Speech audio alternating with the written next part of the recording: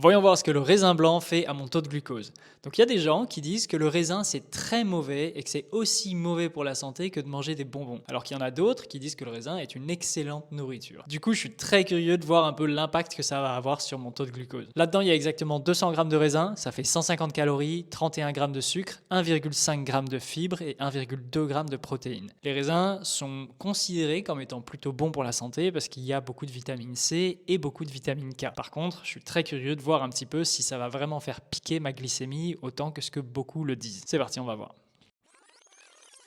Ok, ça fait maintenant exactement 2 heures que j'ai mangé mes raisins blancs. On va maintenant regarder sur le glucomètre, voir un petit peu l'impact que ça a eu sur mon taux de glucose. Et souvenez-vous que si vous voulez vous débarrasser de votre diabète, il y a une formation pour vous expliquer si c'est possible pour vous, comment faire. Alors, on voit que finalement, ça a eu un pic de glucose, mais pas énorme. Par contre, ce qu'on voit qui est vraiment notable, c'est que ça a eu un pic de glycémie vraiment très rapide et ensuite c'est redescendu. Donc c'est vraiment, le raisin, c'est vraiment un sucre qui va être très rapidement absorbé par le corps. Tac, ça fait un pic et ça redescend. Si j'avais mangé peut-être 300, 400 grammes de raisin, comme j'imagine je l'aurais fait si j'avais juste le raisin à côté de moi, parce que ça se mange très facilement le raisin, j'aurais eu un pic de glycémie qui serait monté beaucoup plus haut. Quand vous mangez des fruits comme le raisin qui ont un indice glycémique assez fort, n'hésitez pas à quand même manger des fibres avant ou aller manger plutôt à la fin d'un repas pour justement que ça fasse pas un grand pic de glycémie comme ça.